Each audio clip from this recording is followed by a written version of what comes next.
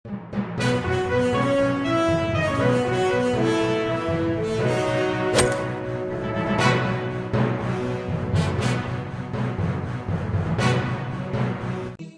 حول ولا قوة إلا بالله العلي العظيم. أعوذ بالله من الشيطان الرجيم.